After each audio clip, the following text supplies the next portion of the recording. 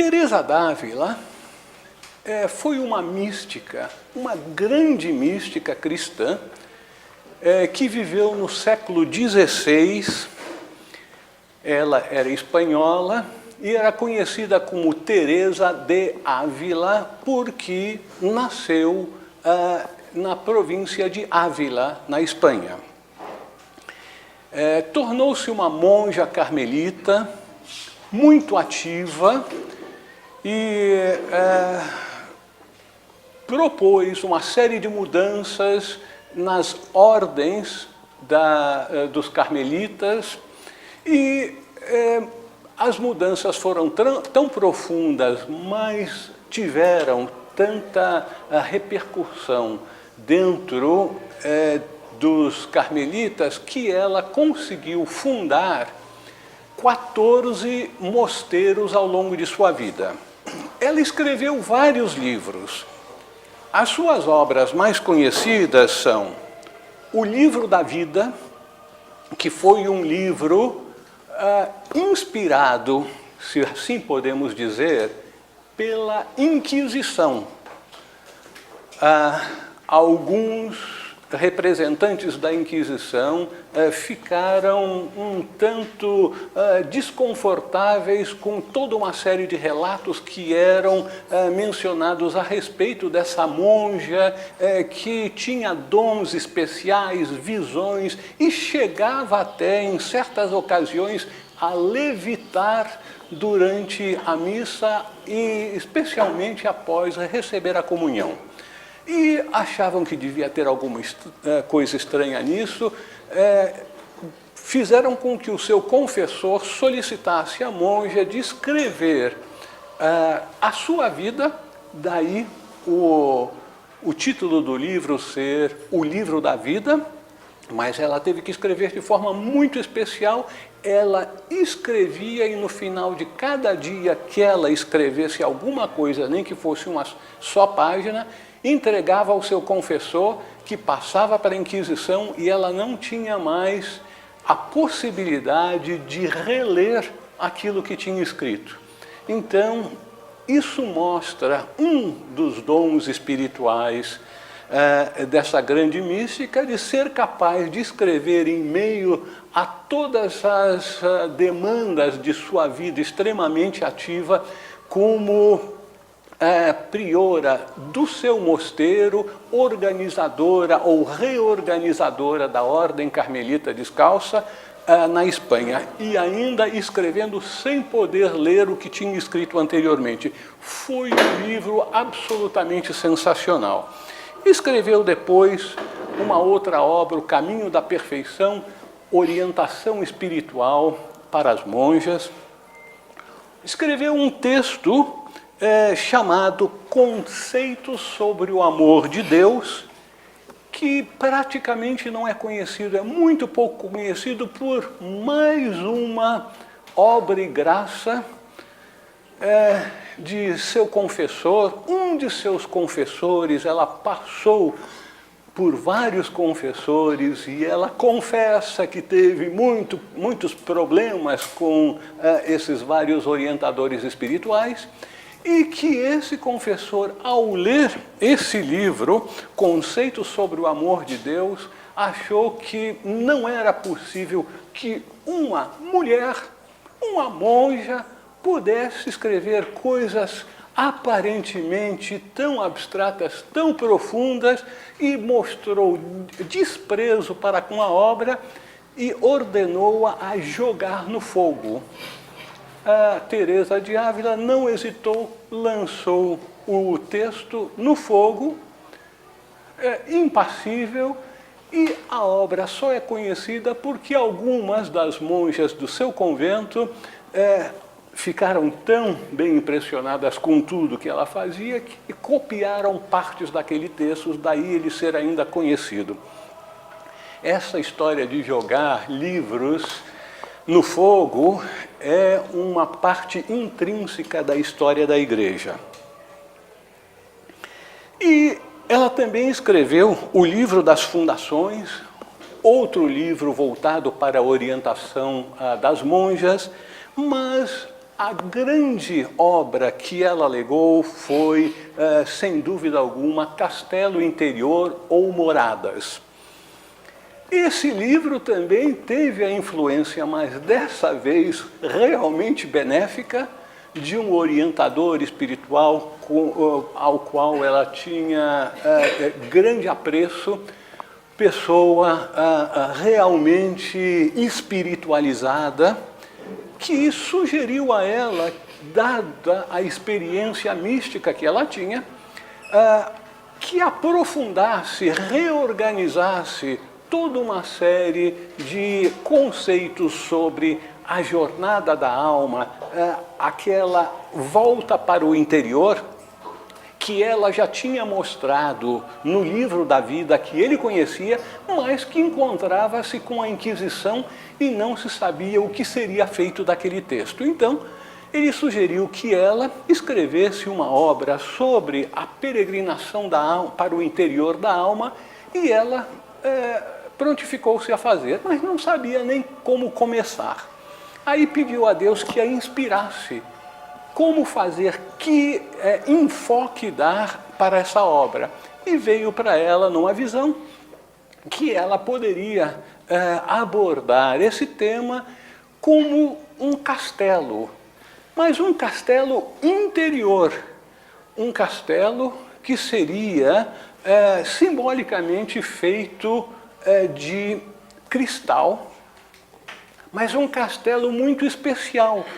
Como era um castelo interior e não exterior, ele teria toda uma série de quartos, moradas concêntricas, aparentemente concêntricas, e seriam 7 camadas de aposentos, até chegar à última, a 7ª, que era o centro, aonde residia Deus, que ela refere-se ao longo da obra como sendo o rei ou sua majestade. Ela, então, apresenta esse símbolo, o castelo, que é compartilhado por outras tradições também, como sendo uma mandala. A mandala, obviamente, é um símbolo da totalidade.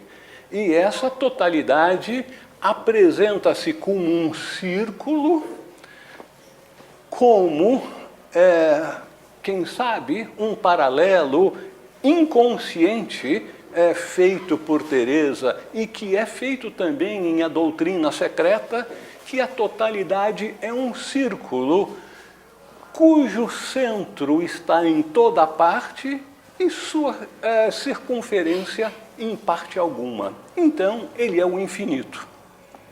Nós verificamos também que ao longo da obra de Teresa apresentam-se vários símbolos que são extremamente ricos em significado.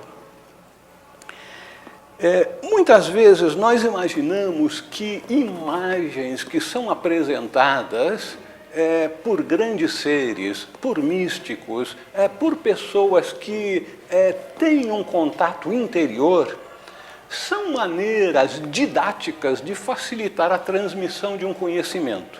Mas essas imagens simbólicas são algo muito mais profundo do que um mero mecanismo didático. Esses símbolos são as maneiras que aqueles que alcançam um contato interior utilizam para transmitir uma experiência que não é um conceito. Conceito é algo mental, que advém de nossa memória, que é expresso com palavras. Então, um mecanismo didático seria um conceito utilizando palavras para facilitar a transmissão de alguma ideia. No entanto, os símbolos que são utilizados pelos místicos, que são utilizados na linguagem sagrada, que são utilizados nos sonhos, nascem de uma experiência que não é verbal. uma experiência que é apreendida diretamente pela alma e que expressa-se subsequentemente na forma daquele símbolo, daquela imagem. Posteriormente, a pessoa que teve aquela experiência passa então a reviver, rememorar a experiência, a imagem que apareceu para expressar aquela experiência, e aí começa como que a traduzir em palavras a experiência que foi expressa através da imagem. Então, é um mecanismo um tanto convoluto, mas que expressa algo totalmente diferente da nossa realidade usual de utilização da mente, baseada na experiência anterior ou na memória, consequentemente limitada à nossa mente. Teresa d'Ávila menciona que a maior parte das pessoas não se animam a entrar no castelo. Esse castelo é algo difícil de ser entendido, porque o castelo é apresentado como sendo a alma. No entanto, tradicionalmente, a alma é apresentada como sendo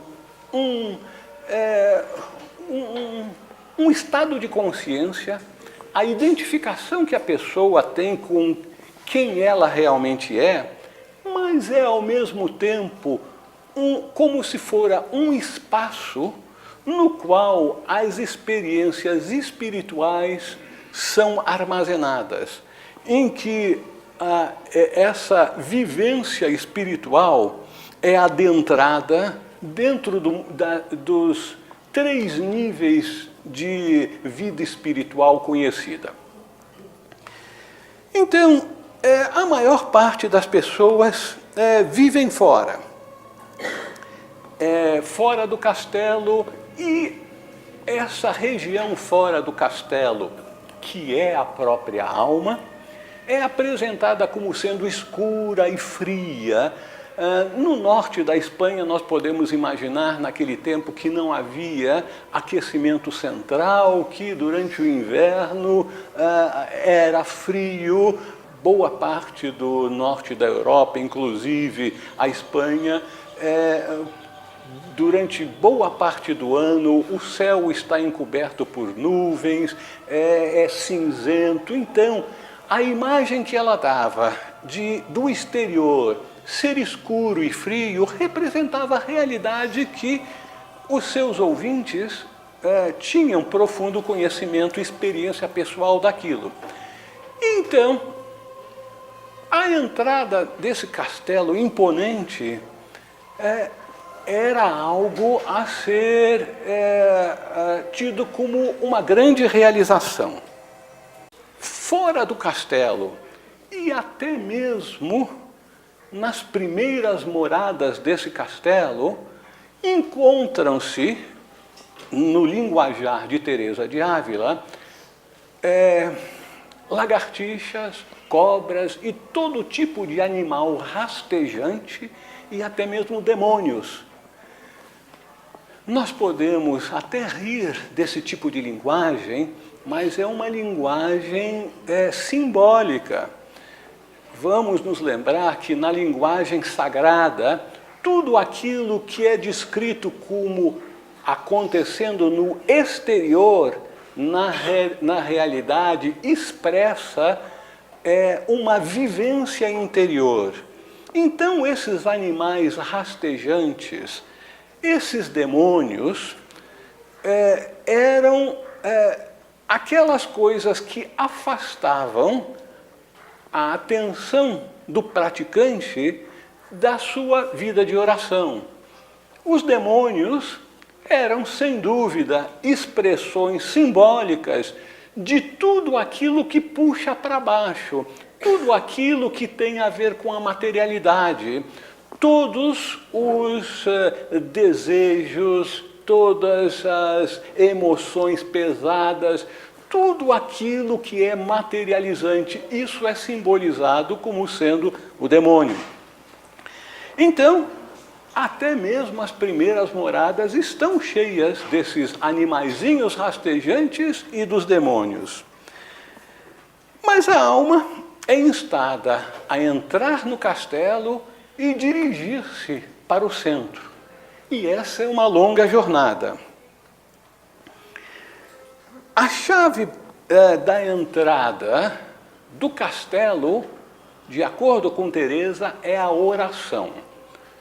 Vejamos, oração é um termo utilizado na tradição cristã, nos seus quase 2000 anos, pela grande maior parte dos escritores. Então é um termo abrangente que inclui recolhimento, contemplação, meditação.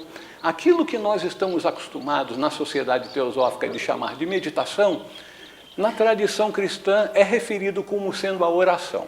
Então, Teresa de Ávila diz que a chave de entrada para esse castelo interior é a oração. E ela diz que a oração é a tentativa da alma de comunicar-se com Deus. E aí ela diz uma coisa extremamente importante, que o objetivo da oração é sempre fazer com que a pessoa aprenda a conformar a sua vontade com a vontade de Deus. Isso ela diz que é extremamente importante e fundamental. Sintonizar-se, o indivíduo sintonizar a sua vontade com a vontade de Deus. Esse é o objetivo da oração. A jornada, então, nesse castelo interior, envolve duas grandes etapas. Uma primeira etapa são as 3 primeiras moradas. A segunda etapa são as 3 últimas moradas. Mas nós falamos de 7 moradas, não é? Então, 3 primeiras, 3 últimas, e está faltando uma. Essa uma, a 4ª morada, ela diz, também os analistas de sua obra dizem que é uma etapa de transição. E nós vamos ver que é exatamente isso. Então, existem 2 grandes etapas claramente definidas e um período de transição de uma para outra. Esse processo de peregrinação é muito semelhante também com o que Carl Gustav Jung, um psicanalista suíço que nasceu naquele ano consagrado de fundação da Sociedade Teosófica, 1875, e viveu até 1961, uma pessoa que deixou um tremendo legado para a humanidade e que poderíamos dizer que tem certos paralelos em vivência interior com Teresa de Ávila, ainda que não poderíamos dizer que Jung era um místico como Teresa de Ávila. Numa das obras de Jung, uma obra escrita quando ele era relativamente novo, ele cometeu o que ele mais tarde chamou imprudências da juventude, ao escrever sobre os 7 sermões aos mortos. Ele escreveu algo com o nome de um gnóstico famoso dos primeiros tempos de nossa era, ao qual provavelmente ele estava associado como vocês tirem suas conclusões. Então, ele teve profundas experiências interiores que foram registradas no seu livro vermelho, um período de interiorização em que ele passou por um grande tormento interior e uma grande transformação. provavelmente aquele período das 3 últimas moradas que Teresa de Ávila descreve em seu livro. Consequentemente, nós estamos falando de uma pessoa que conhece também a vivência interior, a jornada da alma, só que a sua linguagem é diferente. Jung era um cientista e que procurava claramente se situar como um cientista da psique e foi perseguido por muitos dos seus colegas como sendo um místico, consequentemente que os seus escritos não teriam aquele embasamento científico como naquele período em que graçava o materialismo, materialismo pseudamente científico da época. Então, ele era um cientista da psique. E ele, no seu trabalho sobre individuação, que representa a expressão máxima da individualidade de cada ser humano, da especificidade daquele ser, esse processo de individuação, ele dizia que transcorria em 2 grandes etapas. Uma primeira etapa, que normalmente coincidia com a primeira metade da vida de cada ser humano, havia um esforço para se tornar consciente do mundo exterior. Então, o foco era uma expansão para fora, mas uma expansão consciente. A pessoa devia conhecer e dominar cada vez mais o mundo ao seu redor. Mas chegava um determinado momento em que o indivíduo sentia que estava faltando alguma coisa em sua vida e passava então a voltar-se progressivamente para o interior. Aquele adentramento, aquele olhar para dentro, aquela preocupação com sua vida interior, fazia com que ele começasse então a penetrar também no inconsciente, inicialmente no seu inconsciente pessoal e, quando ele menos esperava, adentrava-se também no inconsciente coletivo e geralmente com grandes sobressaltos a esse respeito. A transição da vida voltada para o exterior, com esse interesse crescente da vida interior, obviamente, era uma coisa penosa. Era penosa porque os parâmetros da vida mudavam, o enfoque da vida mudava, a maneira de se posicionar frente ao mundo exterior e à sua própria vida mudava. O indivíduo sentia que estava como que numa correia rolante, em que ele queria ficar aonde estava, da forma de sua vida conhecida, mas as coisas como que atropelavam, andavam e as regras do jogo mesmo pareciam mudar. Mas nós temos que entender que no processo de individuação descrito por Jung, havia mais do que meramente uma expansão para o exterior e um recolhimento para o interior. Haviam outros mecanismos atuando também. Era um mecanismo, um processo interno e subjetivo de integração. A integração do ego com o self, a integração do consciente com o inconsciente, E esse processo de integração é uma das coisas mais difíceis que ocorrem na vida de um ser humano.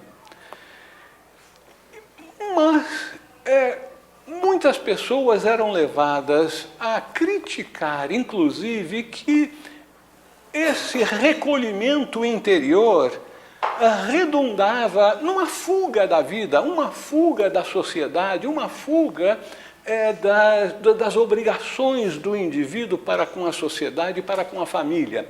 E Jung dizia que isso não era absolutamente o caso, porque crescimento envolvia relacionamento. E que esse relacionamento com as outras pessoas gerava como uma consequência o serviço do mundo. Então, o indivíduo que passasse, a pessoa que passasse pelo processo de individuação, crescesse, integrando-se, aprofundando o seu relacionamento na sociedade, estaria muito mais capacitado a servir no mundo. Mas vamos voltar agora para a jornada da alma, então, como descrita por Teresa d'Ávila ao longo do seu castelo interior com suas 7 moradas. A primeira morada é a morada mais próxima do mundo exterior. Consequentemente, ainda está muito influenciada por como a pessoa vivia antes de adentrar-se no castelo interior. Mas adentrar-se no castelo interior, a gente imediatamente pensa fisicamente. Entrou num castelo, vê a vida fora, agora está dentro, mas, na verdade, o que ocorreu, porque isso tudo é uma experiência interior da alma, é que a pessoa passou a ter um interesse na vida espiritual, na vida religiosa, passou a iniciar, esporadicamente que seja, uma vida de oração. Então, a pessoa ainda está sob o jugo daqueles animais rastejantes, demônios, o interesse em suas posses, nas honrarias, na preocupação com os negócios do mundo. Consequentemente, nós vemos aqui que as palavras de Jesus, onde está o teu tesouro, aí estará o teu coração.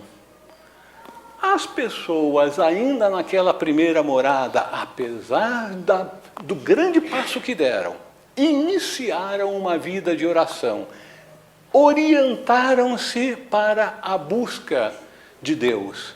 Apesar disso, ainda vivem de acordo com os seus hábitos mundanos anteriores. Mas já deu o primeiro passo, já passou pela primeira grande transformação interior. Na segunda morada, ocorre um comprometimento mais intenso da alma com a vida de oração, e a pessoa, então, já procura se firmar mais na oração, ela passa a ser feita com mais frequência. O indivíduo percebe que está como que recebendo um chamado de Deus, com até uma espécie de chamado pessoal. Mas aí vocês diriam, puxa vida, tão cedo assim e já começa a ter clareaudiência, ouvindo a voz de Deus? Absolutamente não, não é o caso. Nessa segunda morada, a pessoa percebe, durante um sermão, uma palestra, a leitura de um livro, durante uma doença, na conversa com algumas pessoas, percebe que tem alguma coisa que está chamando para a vida interior, tem alguma coisa diferente, sente que naquilo que ela está experimentando no momento há um chamado de Deus, algo como se Deus tivesse delegado para aquele livro, aquele sermão, aquela situação, aquela doença que fosse, sacudi-lo, chamá-lo de alguma maneira. E ele sente que deve dar uma resposta pessoal a isso. E esses chamados interiores começam a desestabilizar a vida da pessoa. A pessoa percebe que tem que mudar. E isso começa a criar uma pressão para a mudança. No entanto, a alma que começa a sentir, a perceber esse chamado divino, fica mais perturbada do que aquelas que não sentem nada durante essa etapa do caminho interior. Porque ao sentir esse chamado, sabe que tem que dar uma resposta. Essa resposta é mudança, e mudança é sempre penosa. Então, o indivíduo parece que está em guerra interior, como se o seu ego estivesse combatendo o self, a sua natureza interior, combatendo a sua personalidade e vice-versa. E essa situação leva finalmente os indivíduos a entrarem na terceira morada. Aí as tensões entre chamado interior, entre as demandas externas e internas alcançam um ponto crítico. Mas o interessante é que na terceira morada, o indivíduo já se tornou bem consciencioso, sabe que precisa colocar a oração no centro de sua vida. Então, as orações diárias, às vezes várias vezes ao dia, tornam-se como sagradas para ele. Ele passa a se acomodar, aceitar o fato de que tem que se transformar. E como geralmente as transformações radicais, verdadeiras, que partem do interior, são mais difíceis, essas pessoas como que se amoldam. Estão normalmente, esses buscadores, pelo menos como estava sendo direcionado aí por Teresa de Ávila para as monjas do seu convento, estavam numa vida de recolhimento no mosteiro, começavam a se amoldar à vida que se esperava delas. Então, passavam a se tornar modelos de comportamento cristão. Eram muito solícitas, cuidavam de manter uma aparência impecável, tudo certinho, modelos de comportamento no mundo como era se esperada de uma pessoa no caminho da santidade. No entanto, apesar dessa vida exemplar, o que se verificava é que o ego não tinha morrido. O ego tinha se adaptado às pressões que estava sofrendo. Então, adotava uma persona, uma máscara de vivência no mundo exterior, como era esperado dela. E o que se via é que o indivíduo até passava a se orgulhar de ser tão bonzinho, de fazer tantas realizações, caridade, fazer tudo aquilo que se espera dele. Então, é algo que, provavelmente, fazendo um paralelo, nós verificamos que a grande maior parte das pessoas que frequentam instituições religiosas ou filosóficas, como, por exemplo, Sociedade Teosófica e outras instituições, são pessoas que já entraram no castelo interior.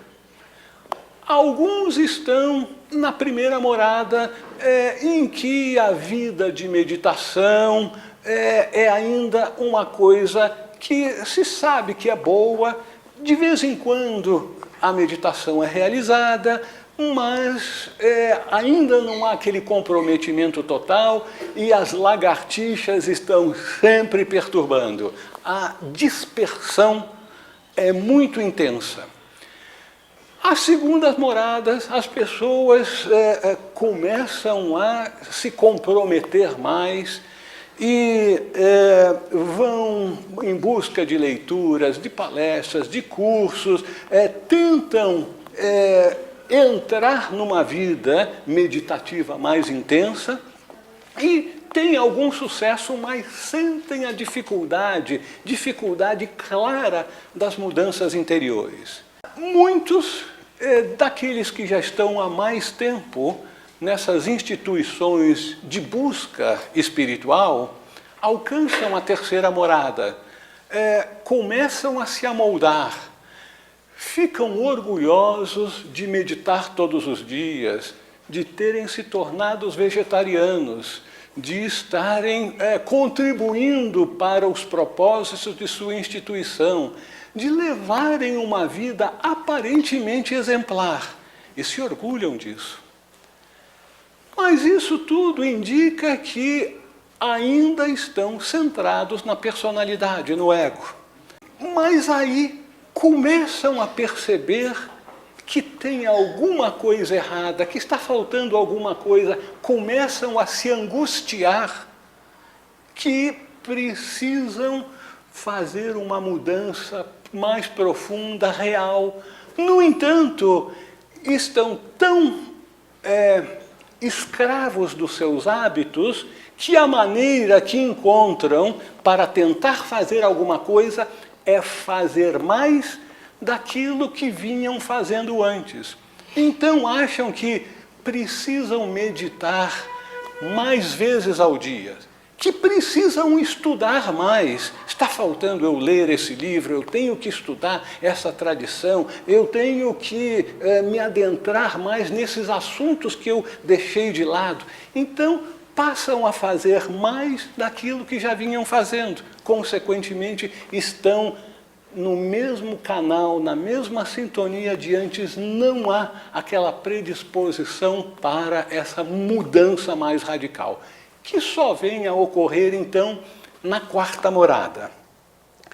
Essa quarta morada é a transição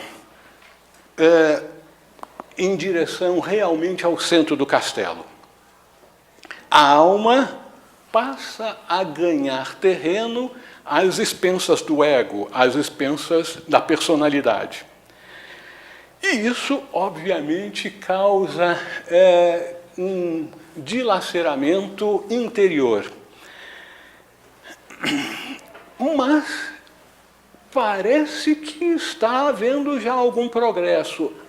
A oração, em vez de ser a meditação discursiva, passa a ser uma de entrega. Há aí, nesse ponto, um fator preponderante. Até a quarta morada, a pessoa, a personalidade, a mente quer estar em controle. Exige estar sempre por cima da carne seca, estar senhora de todas as situações.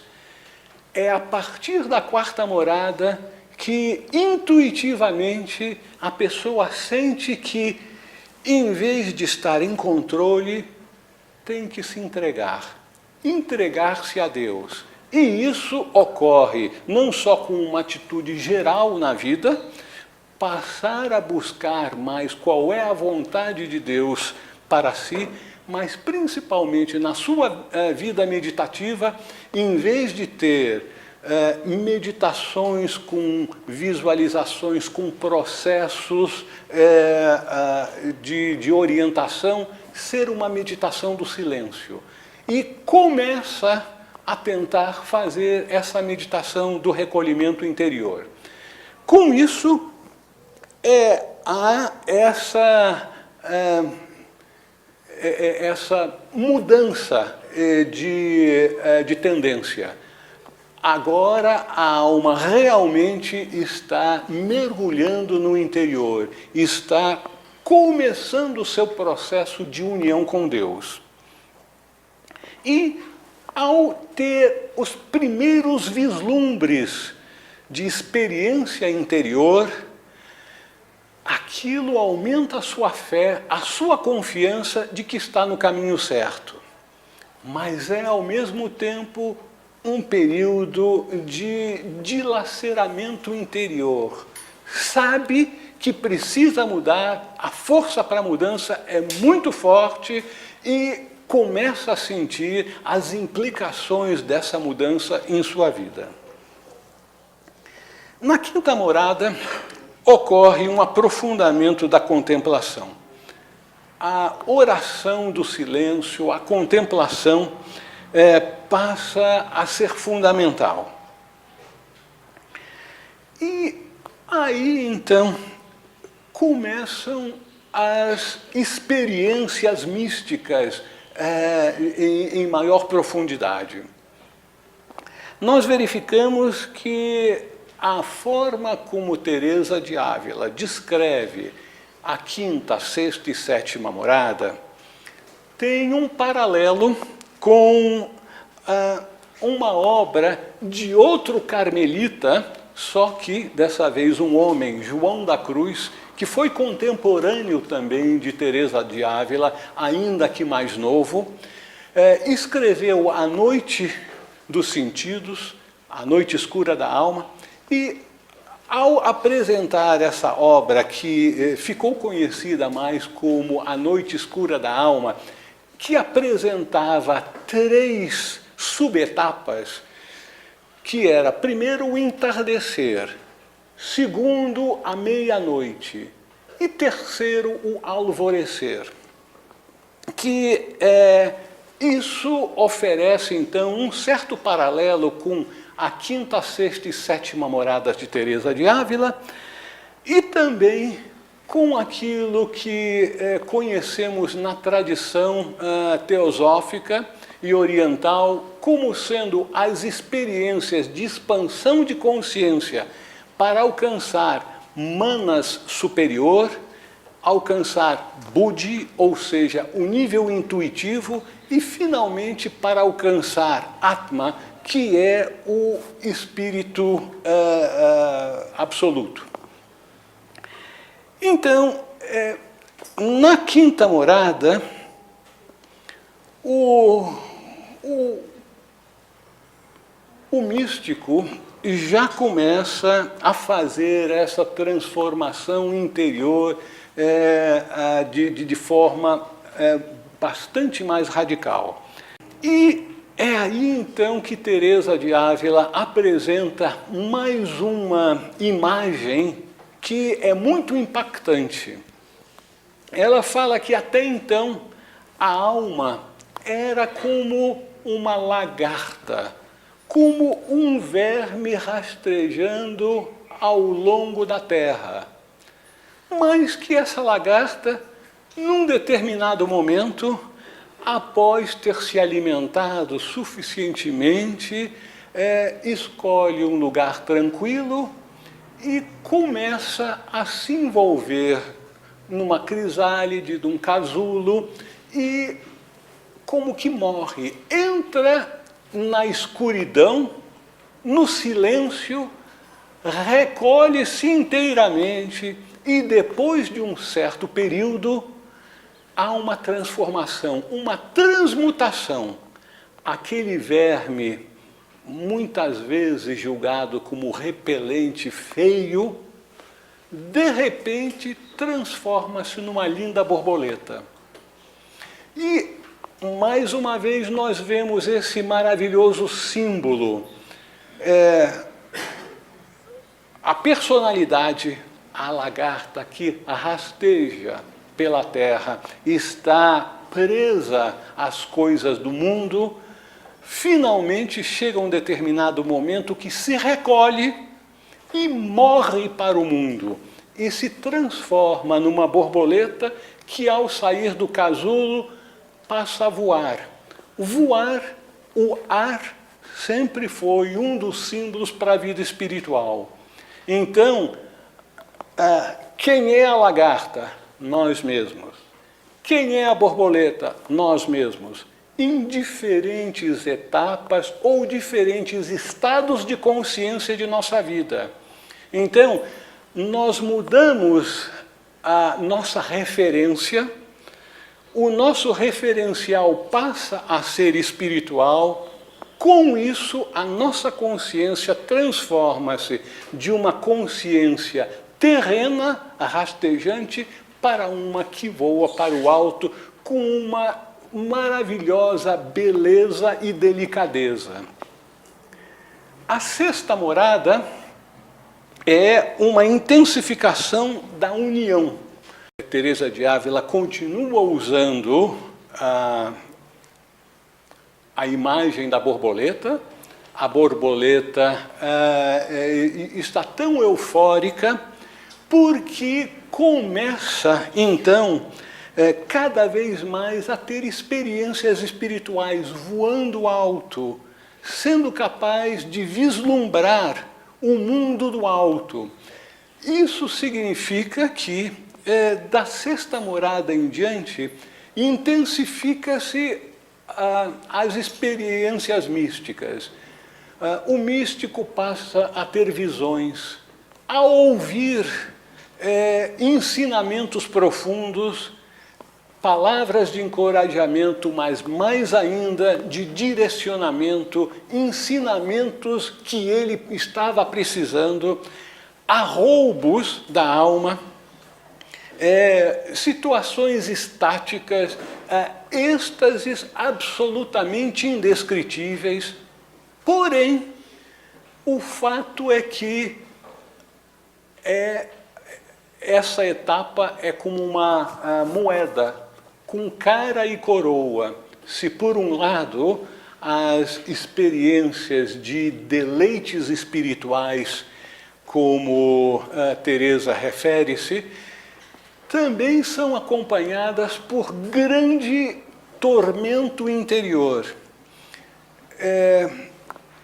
Muitas vezes o leigo não consegue entender como nos escritos de pessoas, obviamente, muito avançadas, na tradição cristã referida como santas, como Teresa de Ávila, como João da Cruz, sempre se referem a si mesmo de forma muito pejorativa. Eu sou muito mau, eu sou um pecador, como é que Deus tem compaixão de mim com todos os meus pecados? Esses grandes seres sempre se referem de forma muito negativa. Por quê?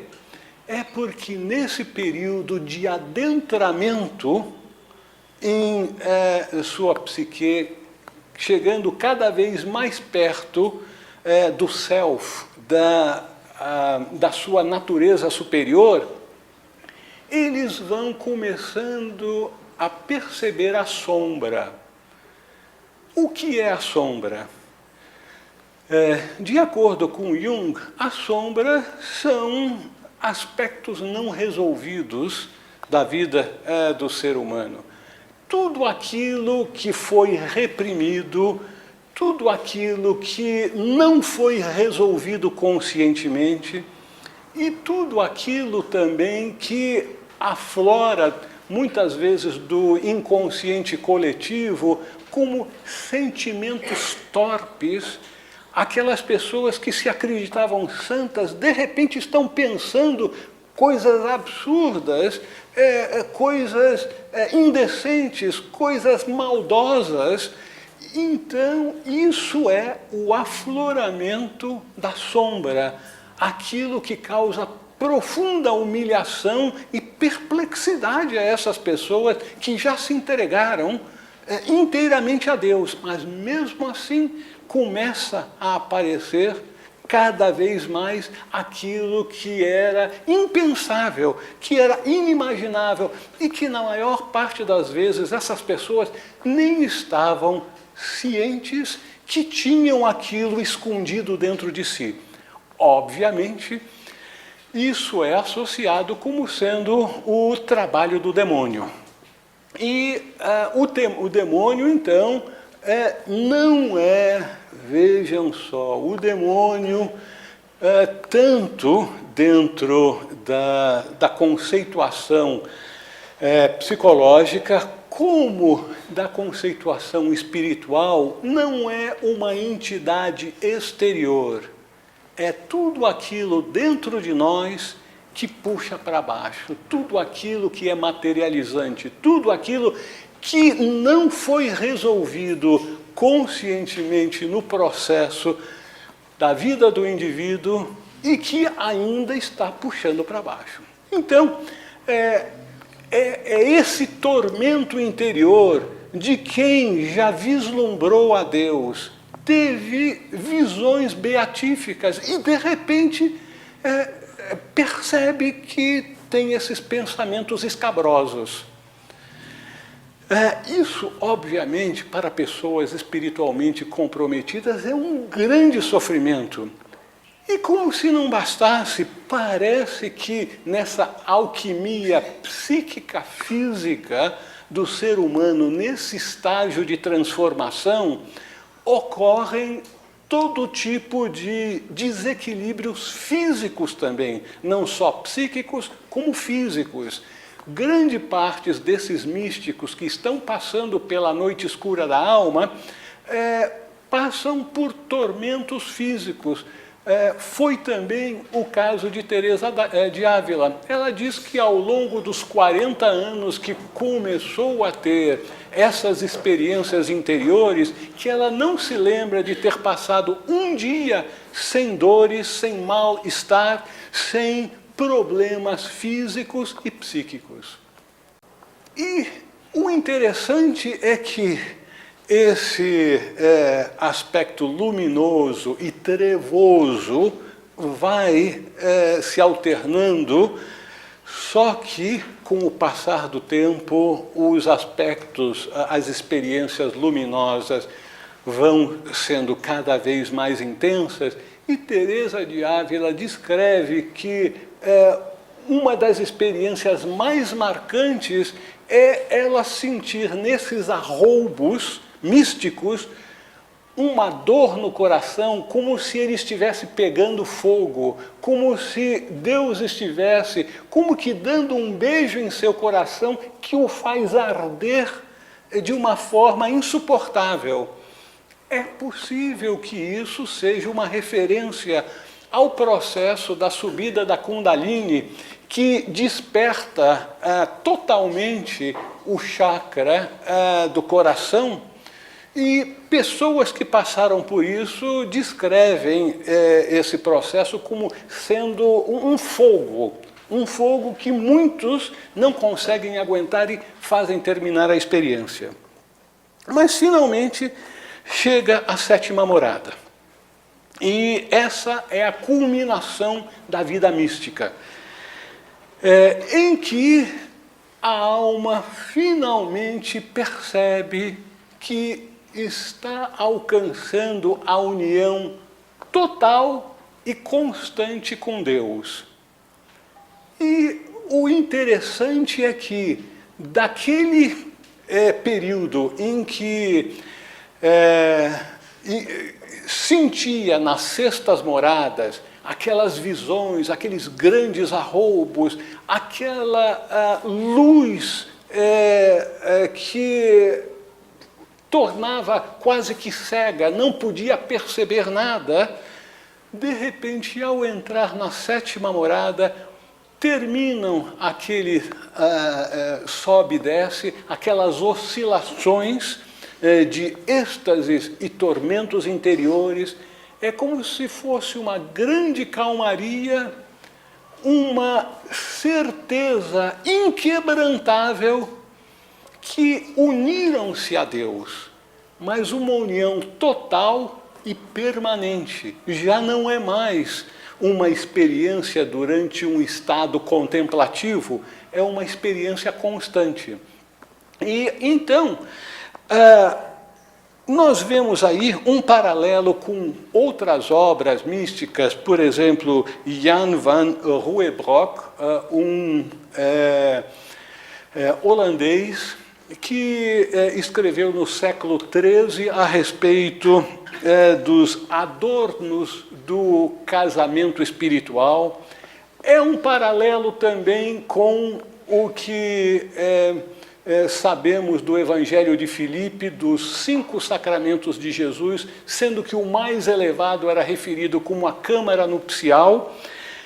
E também uma coisa muito interessante, a experiência que foi descrita pelo grande teósofo Geoffrey Hodgson num livro publicado pela editora teosófica, a suprema realização através da yoga, quando ele fala de Atma Yoga.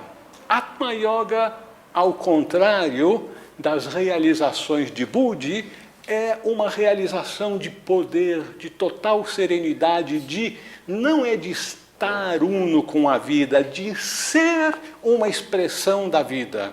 Então, esse é um estado totalmente diferente. E o indivíduo, agora totalmente consciente de que ele é uma expressão de Deus, ele é Deus, uma expressão divina, termina então o seu processo de busca. Ele então volta-se para o mundo e torna-se um grande servidor.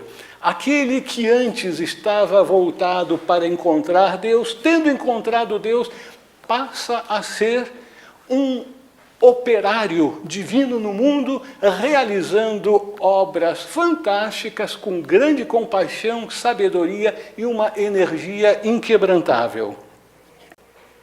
Então, o que nós vemos é que essas experiências também estão abertas para nós. Todos nós aqui já entramos no castelo interior. Nós temos que aprender a nos entregar mais, nos entregar a Deus em nós. Não é um Deus distante, o Deus que já está em nosso coração e que pode operar esse milagre de transformação da lagarta que éramos antes para a linda borboleta que sempre seremos quando o quisermos. Muito obrigado.